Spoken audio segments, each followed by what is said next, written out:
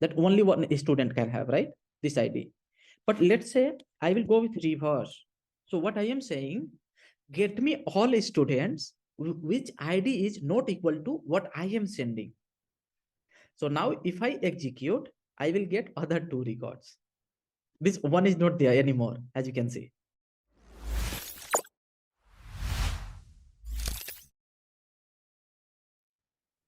So here, as you can see, this object have property ID, name, email, and age. Let's say I want to access any one of the property. In that case, what I have to do? So here console.log and user dot name. This is how I can access the name property. Now let's say around 100 lines of code you have, and you are doing lot of things based on the name. So each and every time you have to write user dot name, and these things you have to keep repeating. Otherwise, what you can do, better thing is, you can assign here name equal to user dot name. You can do something like this, and you can keep using this name. But there is another one solution for it. So what you have to do, instead of doing something like this, just avoid these things and come with the destructuring. So where you have to declare here first type, which is const object, means curly bracket, equal to, you have to define your object. Okay. So here const curly bracket equal to your object. Now tell me what are the property it has. It has ID, name, email, and age. So I can write any one of the property. So name. And now if I do print this, I will get the name value. Here you go, name. And let me execute.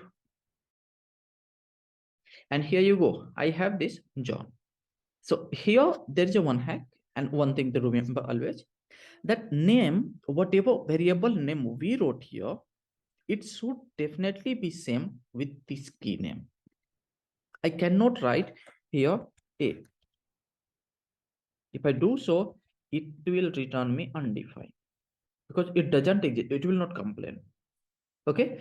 So now here we have to go with name. And if I want to retrieve, let's say email as well. So I will type here email, comma email.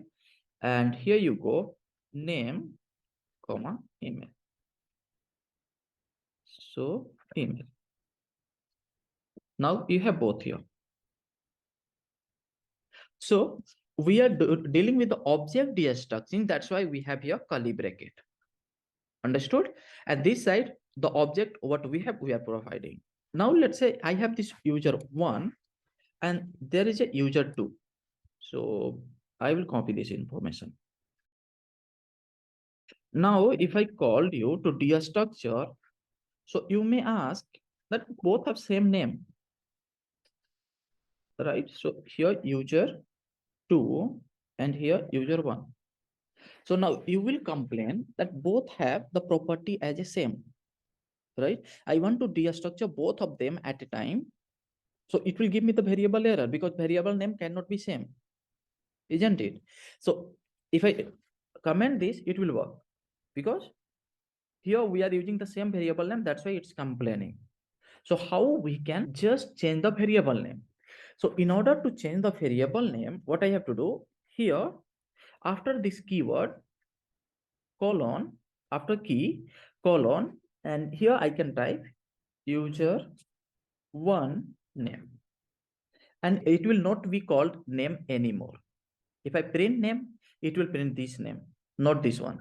So now name, this has been changed to user 1 name. Okay, so here we are changing the variable name. Now let me show you for this one as well. So user 2 email. Now let me just print. So I will print here user 1 and email, where I will get the first information.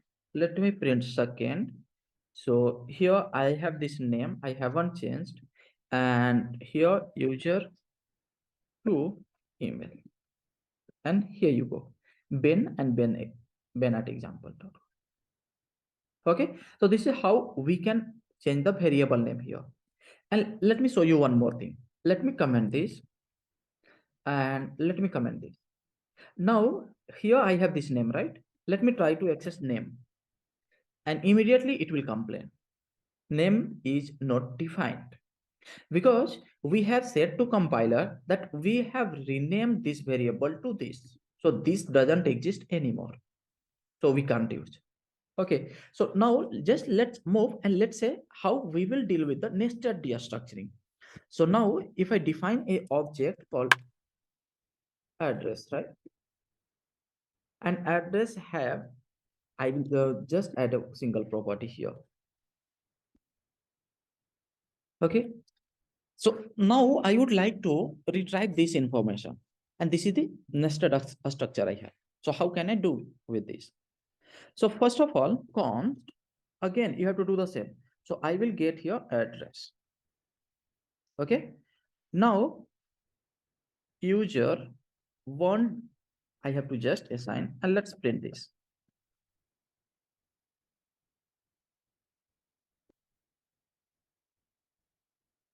Now I have here, sorry, oh, minus, not sure. Okay, so here as you can see, I have this here city Bangalore. Let me comment the other one. And here I have city Bangalore. Now, as you can see, again, this is an object, isn't it? So now the first hack, what we can do, const city equal to address. And I can easily access city here. And if you want to rename, yeah, go ahead and do that. There's no issue with that. But here, instead of writing this two line, I want to combine both of them. So how can I do that? So for that, okay, so this is the one way. I will let it be there. So this is the first way. Okay, now we'll show you the second way. How to do nested destructuring. This is the simple destructuring we have done. So for that, here I need to type address and I am fetching this from here user one. Now let me just comment it here, commented. Now I will write colon and again here curly bracket. Okay, that means this address I am trying to access more. So here I need to write city. And if you try right now writing address, it will complain it's not defined and it will give me, I can access city alone. So here you go and I have city. So this is how we can deal with the nested destructuring. Okay, so the thing to remember here is after this colon, if you're providing a variable name, that will rename your variable to that. Or if you're providing this curly bracket and you are writing, it will destructure that address property inside. Okay, so this is how this nested destructuring work. Any doubt, guys, on object? So if there are three nested objects like and You so still if go we inside. See, so okay let still me do just inside okay add here. So Bangalore, this is the one of the property, right? yeah Now, yeah let's say I have something called a street. Okay, and a street number I have inside, right? So as you can see, address have this city, which is Bangalore. We have printed. We have street. So now what I will do, I am retrieving address city, comma street, and I will destructure street more so I can find this number. Now city and number. Let me print and boom, here you go. okay So you can keep doing same thing. So it's just like a nested, right? So some same logic getting applied everywhere again. okay okay Okay, guys, this is all about the object destructuring. Now let's talk about array destructuring. Let's deal with the array. So I am using this object right now. So users, now I want to destructure here this one, first one. So for this here, what I can do, array always work on index. Okay, so now const, here I need to write type bracket, means square bracket, and now I can call it as user1. And let's go and type here users. Cannot declare users1. Oh, okay. Do you know what is the issue? Actually, we have already created this. So I will comment them. Okay. Now I have this user1 and let me print. And here you go. Do I have, do we need to get it? Do it in the square brackets, the const user one. yeah. Okay. Yeah, that is Array. the things we have to remember always, because Okay. once we are dealing with the object will have curly bracket, so we have to apply curly bracket. That is what I have done here. Okay. Now we are dealing with array, so array Okay. will Done. get changed to square bracket, right? Yeah. Got So that's why we have a square bracket. And it. now as you can see, I didn't write anything. It work on index. You can give any variable name, and that variable name will be there. So now I wrote here user1 because I know at the 0th index I will get the user1. So here, as you can see, it has printed the very first user, what I have here in record. Now, if you want to get second user, you have to write manually here. And here you go. So, oh, actually I am printing only two, only the first one. So I got one. So right now, here the second one. And now let's say I have still more remaining, right? So now I don't want to get them currently. I want to get them later. So comma, I can write here dot rest users, let's say. Okay. So here, if I print here, let me show you. And can you guys tell me what happened here? So very first record, if you match here, 1 and 2, those two are not there, and remaining from 3 to 6 I have. Why this is happening? Because by using this destructuring, already we have retrieved information for first one and second one. And here I am using a spread operator to get the remaining users. And I know that users, right? It's not user. There can be n number of data. So that's why it's returning me a new array again, as you can see. And whatever the users is still remaining, I will get all of them here, right? So that's why I got here third, fourth, fifth, and sixth record. Any doubt, guys? No. No. The things to remember and the differences between object and array destructuring. Here, you have to declare with curly bracket. Here, you have to go with square bracket. Here, this address means this particular key, what you are retrieving, it should match with your object. So I have to retrieve name. Name should be name. It cannot be renamed. Once I retrieve the information, yeah, definitely I can rename something like this.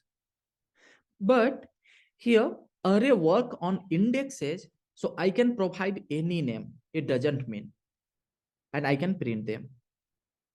Okay, and now I can use the rest operator to get the remaining.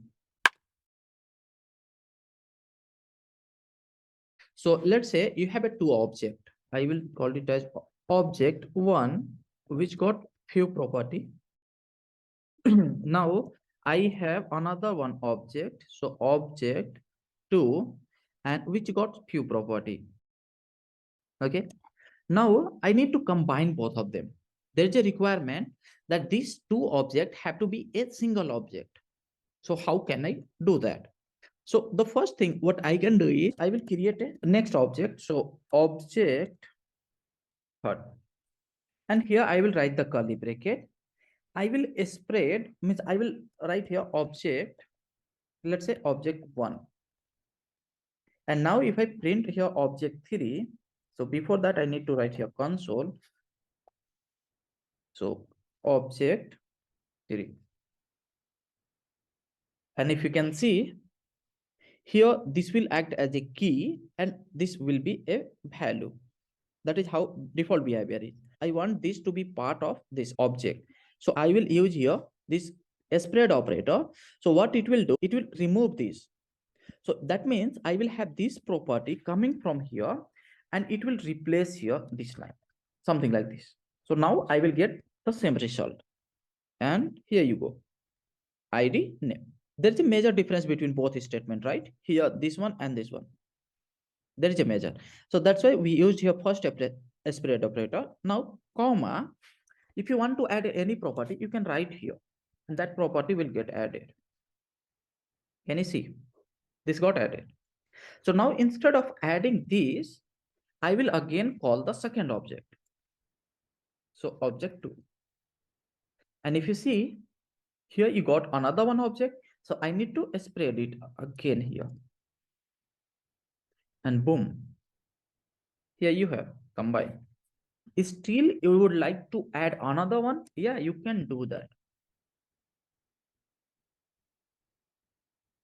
Okay, so this is how we have combined two different objects in a single object successfully. Now, there is another one question. Let's say already I have this ID property. And if I again write ID, what will happen?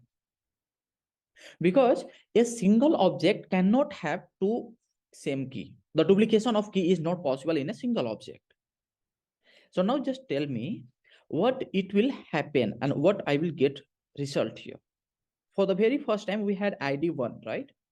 So that key is matching with this key. So now if you can see, it will get replaced.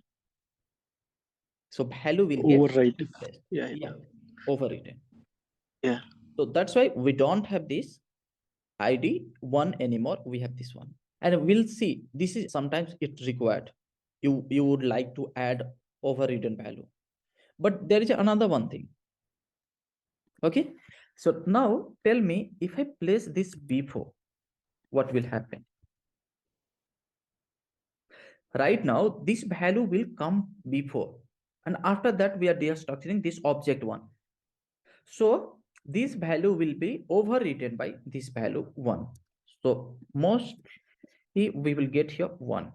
So you have to also remember which one you want where. So ID here we got replaced right now with this one. If you want to replace this ID with this value, so you have to write at the last or after destructuring this object. So these few things we have to keep remember. Otherwise, we will lose the track of correct value what we were looking for. So have you guys heard about these promises before? Means, yeah, we do promise with each other. That is different. No, because no. Okay, so let's understand why we need promises and what it does. So if you take a real-time example, as a means at the very first day, we have discussed how this web development and how the two application communicate with the API JSON structure with API. So now the thing is, let's say I am running my front-end application on a server A, and let's say you are running your backend server on server B, and both are placed in a different geographical location. So whenever I make a request from my application, means front-end application, there will be some delay in getting response. Ideally, whenever I make a request, it will start processing, it will go to database, it will fetch the data based on that, and it will retrieve me and it will get me those data, right? So this is how it works. But there will be a lot of delay in between. And I am not sure that within how many minutes or how many gap of time it will get resolved. Because let's say right now I am accessing as a single person. So it will give me the data very fast within 2 seconds or within millisecond. It's possible. But now let's say there are thousands of users accessing the same website at a time. So in that case, definitely it may take 5 to 10 seconds to respond. As you can see, there is a delay. So how can I keep track of that I have made a request and I will get response, then only I need to do some operation. So let's consider in case of user, you have made a request to get all users. Unless you get all users, you can't show them on UI, right? And if user landed on UI, what you will show them? because you don't have any list there and you are not aware whether the list exists or not, those information as well. So promise comes into the picture. So promise will give you a promise that I will keep track of that server, and once I will get the data, I will get back to you. So that is how promise work. So this will help us a lot in making API call. Promise. So basically this promise have three state. First is the pending, second is the fulfillment, and third is the rejected. So pending means it haven't started, it haven't been moved as of now to fulfillment or rejected. Now fulfillment will be considered as a success response. Rejected, so let's say something went wrong, right? So in that case we will call it as rejected. So now I was trying to add a user into the database, but due to some issue I couldn't do that. It will reject our request in that case. So now let's see how we can declare this and use this. So for that, here new promise, and as you can see here I have two parameters and I can store somewhere, and here you go. So first I have declared with new keyword promise, resolve and reject. A resolve is something means it got succeed, and reject is something it means it got failed. So here let's say resolve, and here we can return our response. So I will copy this actually from here. Okay, and I will return this object. Now let's come here and print this promise. Can you see? It's not just our data, it's a promise. Okay, so now let's call it as get user. So here and here you go. And again, if I run, as you can see, this is not something a simple object. This is a promise here, as you can see. So now I need to resolve this promise, right? So whenever our promise got succeed, it will call this resolve with the data need to be passed.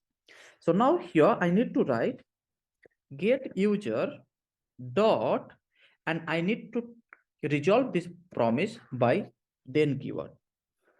Now it will get me an object where I will get these users, and now I can do this console.log to these users.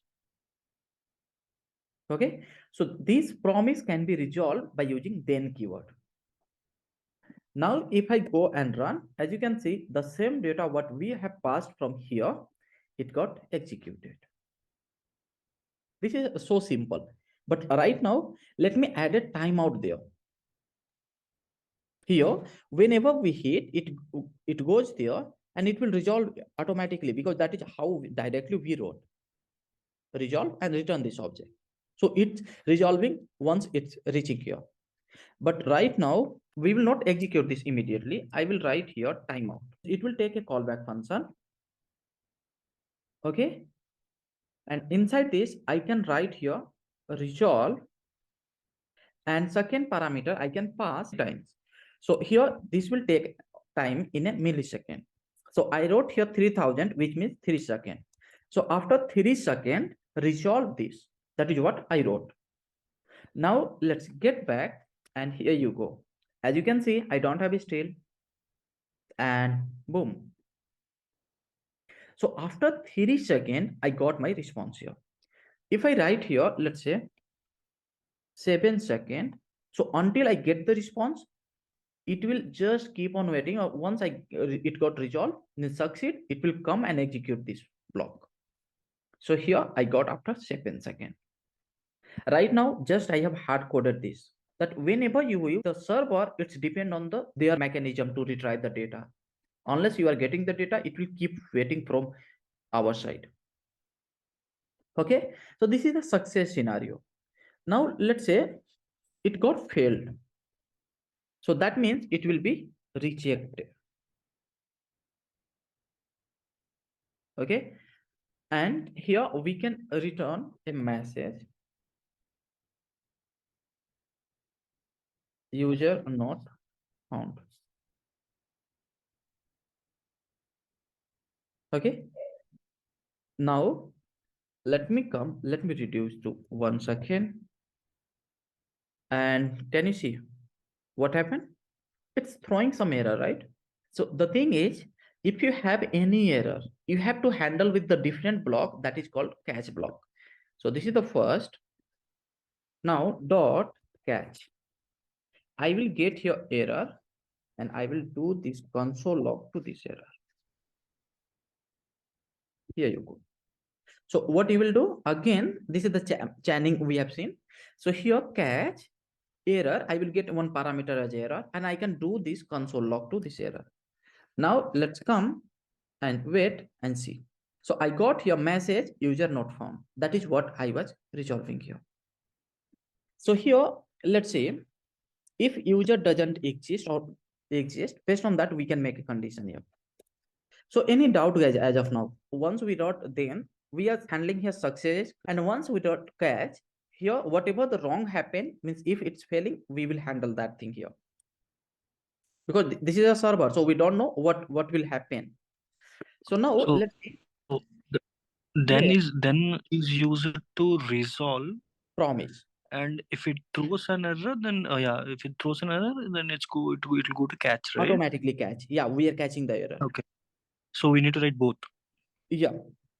Right now, Okay. there is another one keyword. So before moving, let's discuss this as well. Finally. So finally is something. So where you want to execute, see, as of now, what happened? If I call this promise, any one thing happen. Either this will get succeed, means fulfillment done, or it will throw an error that is called reject. Either this block will execute or this block will execute. But there will be some scenario. So finally is a block which will execute both times. So I can write here simple console log. Now let's see. Okay, so we are not resolving it, so that's why nothing happened. Now let's reject. And here, as you can see, we are rejecting. So catch block got executed, and after this finally. Now let me make succeed to this. So here, this succeed got executed, and after that, this finally. So if you talk about the database, right? So whatever happened, So this finally is, you told both then and catch will be written, and then no. I didn't get what finally exactly is. Finally is something that whatever happened, irrespective of the state of this variable called, just execute this block. Okay, got it. Okay. Yeah. So if succeed, then also execute. If there is a error, then also execute. Okay. So what happened? Just you think, take a scenario, no?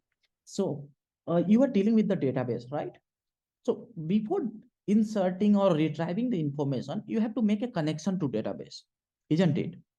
So whatever happened, whether user found or not found, you have to close the connection what you have already opened, isn't it? So in that case, there we can use this functionality. If you move further, means in your application as well, there will be some few scenario that you want to update user that this happened, whether this is error or succeed. Based on that, you want to populate a message. So you can trigger those here.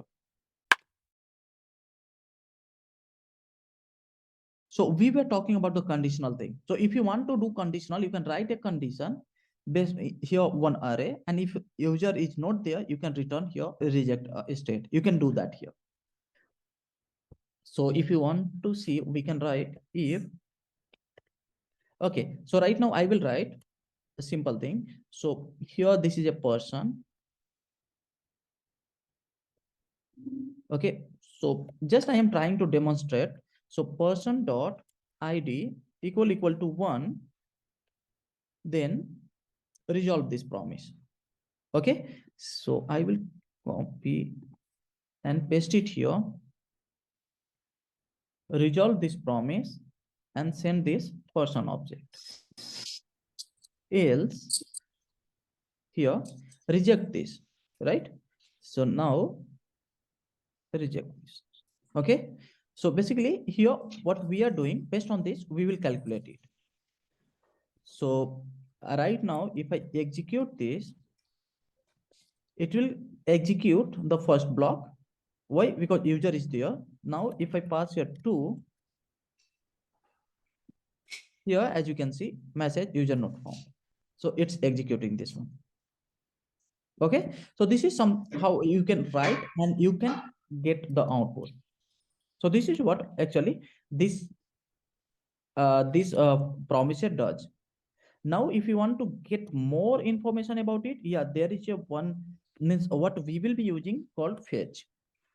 So fetch is something where already promiser has been written, and on top of this, fetch has been written by use of the promise. So now, as you can see, promise, it will return you the promise as a response. So here I need to pass a URL to get the information about any API. So I will pass the API and I can resolve them by writing them. So here I will get the response. So we'll see, because going further, we will use fetch.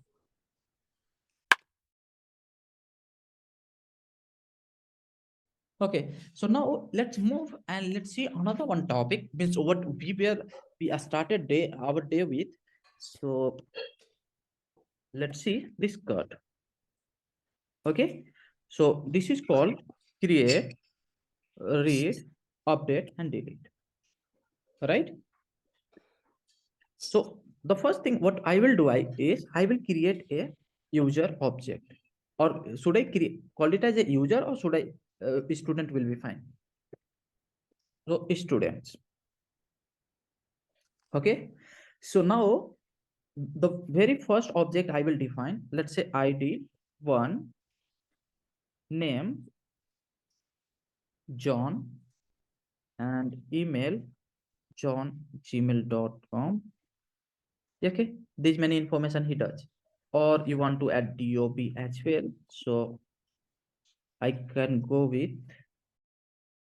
Okay, so now I have here only one object inside this student. So you have to write 4 functions. Let's understand the work first of all. So I need to write 4 functions first to create a new user. So whenever I create, it should just add a new here.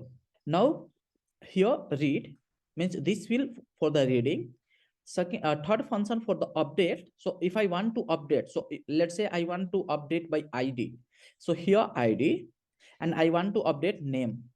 So you have to update name property of that. If you want to update email, how can we do that? And delete, if I want to delete any one of the object from here, so based on the ID, let's say I want to delete a student which ID is 1, how can we do that? So now the 4 functions we have to write. So first function, const get users. Okay, so get a user makes sense, right? That we will get the user. Now I will do here console log, and I will print here. Actually, we have students, so we should call it as students, get a student. Now, if I call this function, it will get me all the students. And if I execute, here you go, I have this student. So read is done. This is super easy, right? Now, the second thing what I have to do, create a user. So how can I do that? So for that, create a student. So if you can see, this function will require a student, right? It required a parameter that is called student, or you can call it as a new student. So new student, and you need to add that new student here. And guys, just before we have discussed how can we do that. So do you remember how we were adding 2 objects? Because if you can see, this is an array. Let's forget this is an array. Now, okay, so how our second object will look like? Here, comma, and here our second object information will be, right? So this is how our structure I want to get. Student, and I am declaring with this const. So you know I cannot modify it. So let me declare with let, because I would like to modify it, right? So right now I will write here, or let's not modify, let's form the object first of all. Yeah, So let's let's call it as const new, or let's call it as updated student list, something like that. Now I have an array, all right, here. So I will remove this array. Okay, so I wrote here simple square bracket, and I will destructure already existing student. So guys, tell me what it will do. As I mentioned before, once we call the destructuring, means this is spread operator, here it will remove this keyword right now, because we are applying means square bracket, because we are applying on a student, and a student have this array. So only objects will get returned. yeah, The I curly will brackets. take here this object now, comma, Yeah. I would like to add my object, because this will be always an object. So here new student. Now let me print here first of all, means before modifying the main one, let's print. So updated student list. Now what I have to do, I call this function, Call and function pass a call. new Yeah. student. So let's Create call this function, student. create a student. I need to pass a curly bracket because object, right? ID, let's say 2, name, let's say Ben, email, yeah, we're good with that, and DOB, that works. I don't have any issue. Okay, but still it's complaining, is it so? Okay, so now we are calling. So let me execute this. And can you see? Okay, so here I was forgetting this double quote, right? So now as you can see,